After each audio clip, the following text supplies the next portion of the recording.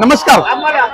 वसई विरार शहर महानगरपालिकेच्या इलेक्शनसाठी नामनिर्देशन पत्र म्हणजेच फॉर्म भरण्याची आजची शेवटचा दिवस आहे आणि आज शिवसेना उद्धव बाळासाहेब ठाकरे ह्या कोणत्याही पार्टीच्या सोबत न जाता आज ह्या ठिकाणी फॉर्म भरलेले आहेत. या सर्व बाबीबद्दल बोलण्यासाठी आपल्या सोबत विवेक पाटील साहेब आहेत. ते काय सांगतात ते आपण ऐकूया.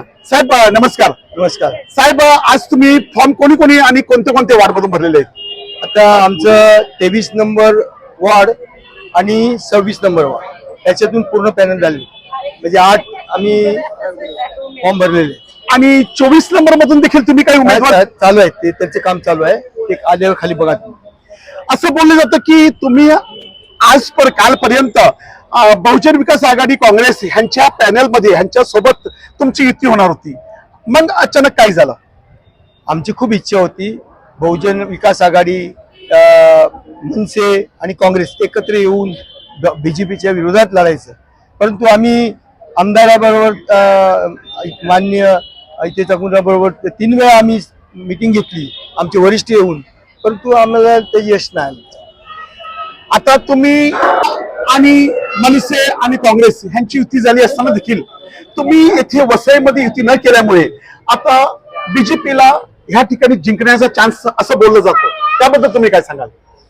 असं आहे, आम्ही खूप प्रयत्न केला काँग्रेस बरोबर आणि मनसे बरोबर वसईतल्या, पण काँग्रेस शिट्टीवर उभे राहायला तयार झाली आणि मनसे पण शिट्टीवर उभे राहायला तयार झाली, पण आमच्या कार्यकर्त्यांनी सांगितलं आम्ही मशालीवरच लढणार, त्यामुळे आम्ही मशाल घेऊन लढतो, त्यामुळे युती झाली. आता आपल्यासोबत महिला उम्मीदवार देखील आहेत, ते काय सांगतात ते आपण ऐकूया. आप मैडम महिला उम्मीदवार होने की वजह से आप क्या सोच के महिलाओं के लिए क्या आपने सोचा है?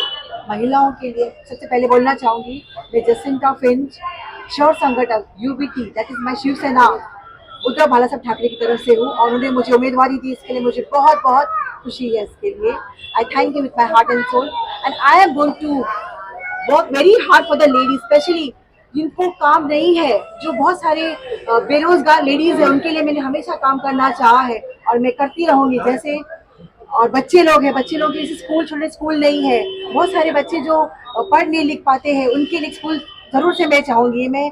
और यहाँ पे हमारे यहाँ पे पानी का समस्या है, जैसे पानी भरता है तो उस चीज़ के लिए भी मैं ये आवाज़ उठाना चाहूँगी. और हमेशा से महिलाओं के लिए मैं काम करती थी, करती हूँ और करती रहूंगी. शिवसेना जिंदाबाद, शिवसेना जिंदाबाद. तुम्ही काय महिला म्हणून तुमच्या मनात काय विचार आहे, आम्ही काय बदलाव आणणार? तुम्ही नमस्कार, माझं नाव तन्वी गायकवाड गोलनकर. मी ऍक्च्युली ह्या गोष्टीमध्ये उतरण्यामागे माझा सगळ्यात मोठा हेतू होता की आपण जे करतो म्हणजे युथ आहे आणि जे आमचे सिनियर ज्यांना अनुभव आहे सगळ्या गोष्टींचा, त्याची मधली एक पिढी अशी असावा की जे दोघांना घेऊन चालू शकणार. जे आपले आजकाल युथ करतायत त्या सगळ्या गोष्टींना थांबवावा, त्यांना चांगलं प्रोत्साहन किंवा नोकरी सगळ्या गोष्टींसाठी मदत करावा, आणि जे ह्यांचा जे अनुभव आहे ते देखील आपल्याला कामाला येईल आणि त्यांना पुढे उठून जे काही मदत लागेल त्यासाठी पण उभी राहील. थँक्यू. तर आपण ऐकलं, शिवसेना उद्धव बाळासाहेब ठाकरे ह्या महिला ज्या उतरलेल्या आहेत मैदानात, त्यांचं म्हणणं आहे की आम्ही महिलांचं सबलीकरण आणि महिलांसाठी आम्ही व्यवस्थितरित्या जे काम इतक्या वर्षात झालं नाही ते काम आम्ही करू.